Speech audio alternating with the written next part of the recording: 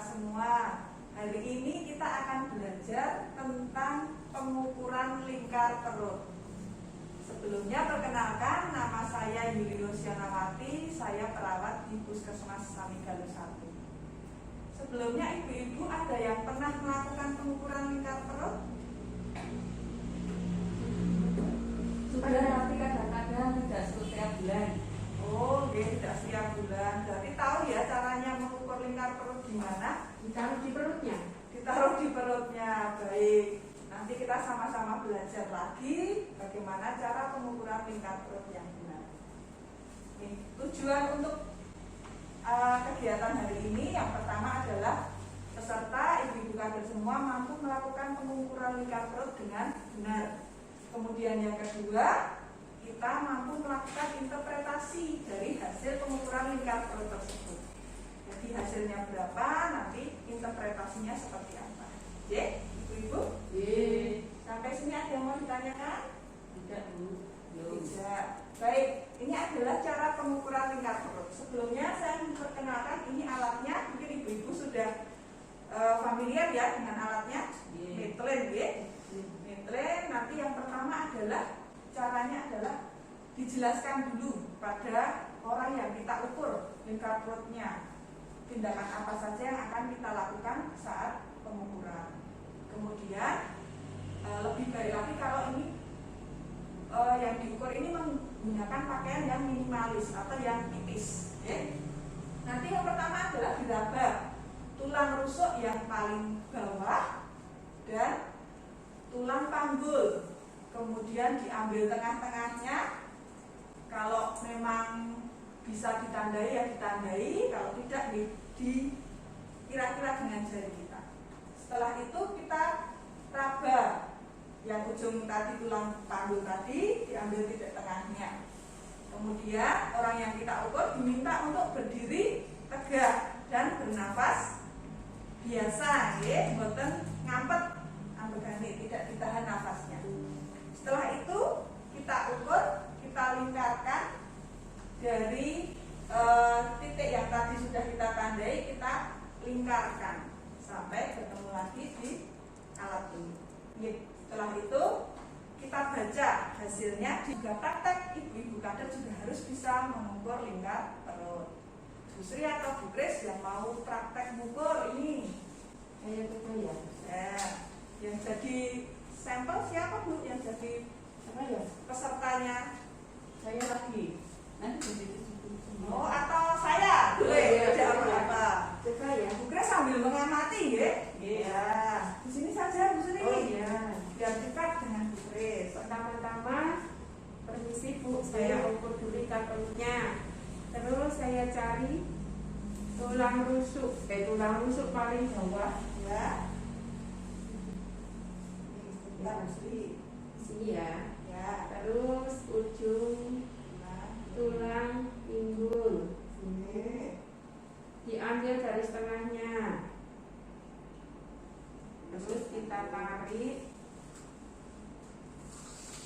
awalnya sampai ke ujung.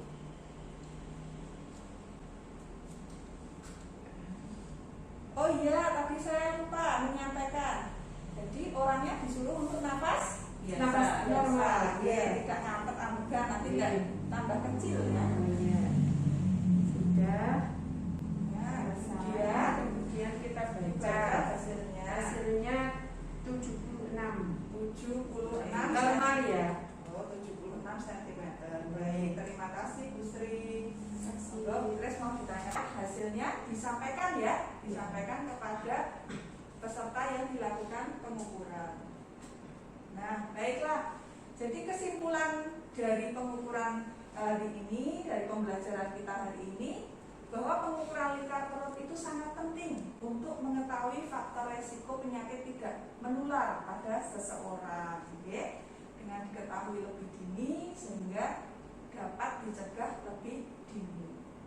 Nah, yang kedua, interpretasi hasil pengukuran lingkar perut ini dapat membantu kita untuk memberikan edukasi kepada peserta posyandu atau posbindu dengan untuk memberikan edukasi tentang faktor risiko penyakit tidak menular.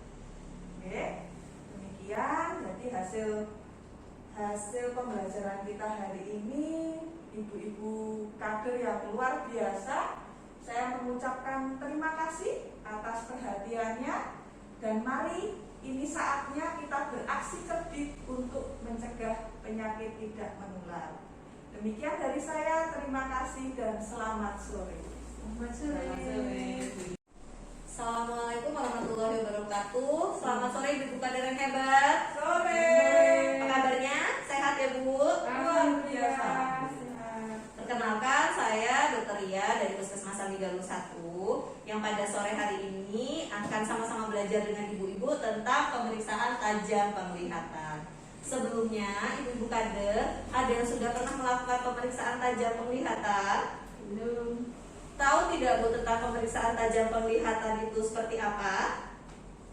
Tidak ada yang tahu. Baiklah, kalau gitu kita mulai saja ya untuk mempersingkat waktu. Jadi untuk tujuan pembelajaran kita hari ini, yang pertama, setelah kita melakukan pelatihan, diharapkan untuk ibu-ibu kader itu mampu untuk melakukan pemeriksaan tajam penglihatan. Tujuan pembelajaran keduanya adalah ibu-ibu kader mampu untuk melakukan interpretasi dari hasil pemeriksaan yang telah dilakukan. Nah, untuk pemeriksaan tajam penglihatan itu sendiri adalah pemeriksaan yang biasanya kita lakukan untuk melihat apakah seseorang memiliki gangguan refraksi pada matanya. Pemeriksaan tajam penglihatan itu bisa menggunakan alat bantu seperti yang biasanya ibu-ibu lihat mungkin pada saat berada di puskesmas. Itu ada Snellen chart. Jadi yang ada huruf kemudian ditunjuk oleh petugas kesehatan, ataupun bisa tanpa alat bantu. Nah, pada kesempatan sore hari ini kita akan melakukan praktek bagaimana melakukan pemeriksaan tajam penglihatan tanpa menggunakan alat bantu. Pada saat melakukan pemeriksaan tajam penglihatan, ada beberapa hal yang harus diperhatikan. Yang pertama adalah jarak antara pemeriksa dan orang yang diperiksa itu adalah 20 langkah atau 6 meter. 20 langkahnya itu tidak dalam posisi kita melompat-lompat ya Bu ya. Jadi hanya pada posisi langkah biasa. Seperti itu. Nah, yang kedua, pemeriksa dan orang yang diperiksa harus berdiri berhadap-hadapan. Kemudian pemeriksaan dilakukan di tempat yang tidak gelap. Jadi harus tempat yang terang. Baik pemeriksa maupun yang akan diperiksa tidak boleh berada dalam sorotan lampu atau backlight. Jadi kalau misalnya ada ruangan yang ada kacanya, yang memeriksa ataupun yang diperiksa tidak boleh berada di dekat kaca sumber cahaya. Seperti yang akan diperiksa. Jadi tidak boleh lebih tinggi ataupun lebih rendah. Kemudian untuk melakukan pemeriksaan tajam penglihatan harus di kedua belah mata. Nah, sampai saat ini ada yang mau ditanyakan dulu ibu-ibu kader? Belum ada ya? Oke. Sementara ini kita akan lakukan praktek dulu. Saya akan mempraktekkan bagaimana cara untuk melakukan pemeriksaan tajam penglihatan. Bu Kris, ini angka berapa? 2. Yang ini ada berapa? Sudah jelas bagaimana caranya Bu Kris? Sudah. Kalau misalnya sudah jelas, saya mau meminta Bu Kris untuk bisa mempraktekkan kepada rekan yang lain sehingga kita bisa sama-sama belajar. Bagaimana Bu Kris, bersedia? Mbak Sri, saya akan mengetes penglihatannya Mbak Sri dan saya akan mengangkat tangan saya dan akan menunjukkan jari saya. Nanti jumlahnya berapa jari saya yang saya tunjukkan. Nanti Mbak Sri menentukan jumlahnya. Baik Mbak Sri ya. Sekarang bisa ditutup matanya yang kiri dengan telapak tangan kiri tapi jangan ditekan. Iya. Ini berapa Mbak Sri? 2. Ini berapa? 1. Ini 3.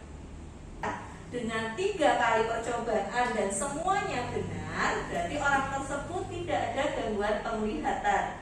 Sedangkan kalau misalnya pada saat kita melakukan pemeriksaan 2 kali benar, 1 kali salah, itu sudah ada gangguan penglihatan.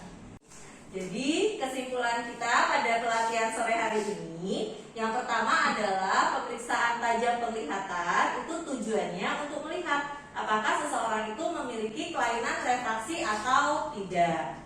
Yang kedua, pada saat kita melakukan pemeriksaan tajam penglihatan, kita harus memenuhi beberapa syarat. Yang pertama, berjarak 20 langkah antara pemeriksa dan orang yang diperiksa.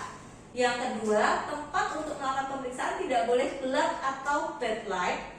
Dan yang ketiga, pemeriksa dan yang diperiksa harus berdiri secara berhadapan. Sebelumnya, terima kasih atas kehadirannya pada sore hari ini. Billahi taufik wal hidayah. Wassalamualaikum warahmatullahi wabarakatuh. Waalaikumsalam warahmatullahi Halo. wabarakatuh. Apa kabar? Luar Sehat. biasa. Alhamdulillah. Sehat ya? Sehat. Oke, kita ketemu hari ini untuk belajar tentang aplikasi Sehat Indonesiaku atau disingkat ASIK, gitu nggih. Nah, diperkenalkan, nama saya Feni Novika Sari. Gitu. Saya penyuluh kesehatan masyarakat.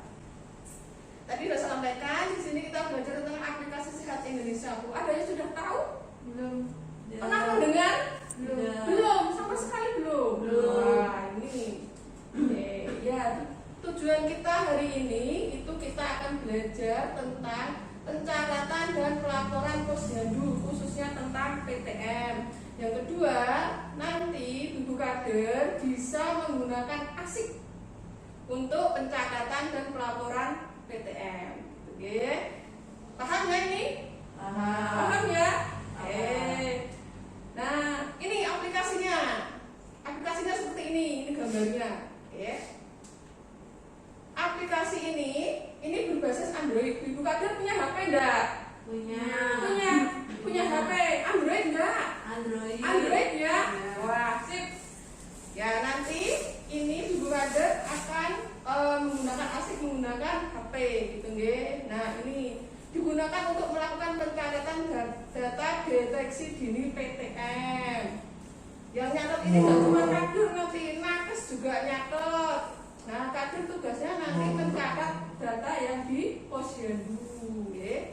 Aplikasi ASIK ini memiliki formulir khusus, jadi lebih sederhana dibandingkan dengan yang ada di puskesmas. Jadi karena ini nanti pakainya HP Android, jadi nanti kita akan menginstal. Menginstal. Sudah tahu caranya install Ibu Kader? Bisa. Oh, ada yang bisa, ada yang belum ya? Tapi bukan install ASIK, Bu. Misalnya apa? TikTok. Iya, Bu.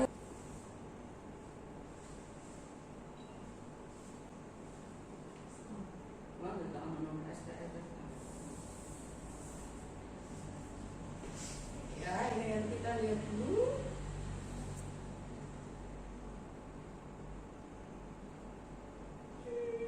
Mas yuk. Di memori wae. Tidak ada? Tidak ada, Bu. Tidak ada ya? Ya. Untuk hari ini kesimpulannya adalah bahwa aplikasi ASIK ini berbasis Android, sarana untuk pencatatan dan pelaporan deteksi dini PTM, gitu ya. Kemudian saya mau evaluasi nih hari ini, apa manfaatnya untuk aplikasi ASIK ini? Manfaatnya untuk pencatatan dan pelaporan data deteksi dini PTM, Bu Feni. Top, berarti ngrungokke gitu Yeay. nggih. Terus sudah bisa install aplikasinya? Sampun, Bu Ya, Feni. sudah. Tadi ini banyak, tadi nantinya sudah sampai nyimpen belum? Sudah, Bu. Oh ya, berarti sudah berhasil. Ibu Kader itu memang hebat.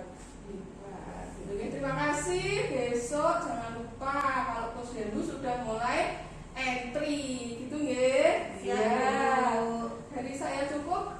Kurang lebihnya mohon maaf. Wassalamualaikum warahmatullahi wabarakatuh. Waalaikumsalam warahmatullahi wabarakatuh. Oke, sudah ngisah Ibu? Sudah. Nah, sekarang kita praktek ngisi. Belum? Sampun. Oh, sampun. Nah, sekarang kita praktek ngisi ya. Oke. Nah, silahkan nanti diisi. Oke. Isi ya. Masukkan tanggalnya. Tanggalnya berarti ya, Bu. Ya, dipilih tanggalnya, masukkan